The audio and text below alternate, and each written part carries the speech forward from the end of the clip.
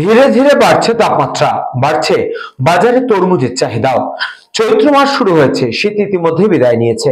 সকাল হলেই সূর্যের রোদের জোরালো তেজ। গরমের সমস্ত ফলের মধ্যে সব থেকে বেশি চাহিদা থাকে তরমুজের। আর প্রতি বছরের মতো এবছরও দেখা গেল ইতিমধ্যে বাজারে চলে এসেছে তরমুজ। ধীরে ধীরে বাড়ছে তাপমাত্রা, বাজারে বাড়ছে তরমুজের তাই চাহিদা।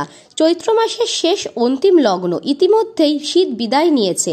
সকাল হলেই সূর্যের রোদের জোরালো তেজ। গরমে সমস্ত ফলের চাহিদা সব থেকে বেশি থাকে, তার মধ্যে রয়েছে তরমুজ। গরমে তরমুজের চাহিদা যথেষ্ট পরিমাণে থাকে। প্রতি বছরের মতো এবছরও দেখা গেল ইতিমধ্যেই বাজারে চলে এসেছে তরমুজ। এই প্রসঙ্গে এক বিক্রেতা জানিয়েছেন, ব্যাঙ্গালোর থেকে আপাতত এসেছে তরমুজ এবং প্রতিদিন ভালোই বিক্রি হচ্ছে এবং চাহিদাও রয়েছে। প্রতি বছর গরমের সময় তরমুজের একটা আলাদা রকম চাহিদা থাকে। গ্রীষ্মকালীন যে সমস্ত ফলের চাহিদা সব থেকে বেশি, তার মধ্যে রয়েছে অবশ্যই তরমুজ। ব্যবসায়ীরা আশায় আছেন প্রত্যেক বছরের মতো এবছরও তরমুজের বিক্রি ভালোই হবে। কি দাম আছে তরমুজের?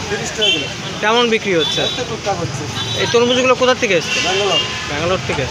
আর এছাড়াও কোথা থেকে কি আসে? এবছর কি তরমুজের দাম কম না বেশি?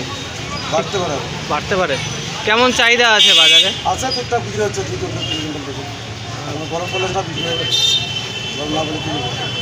কটা করে বিক্রি হচ্ছে রোজ? বীরভূম থেকে সংকল্প দের রিপোর্ট, নিউজ বঙ্গ টাইম।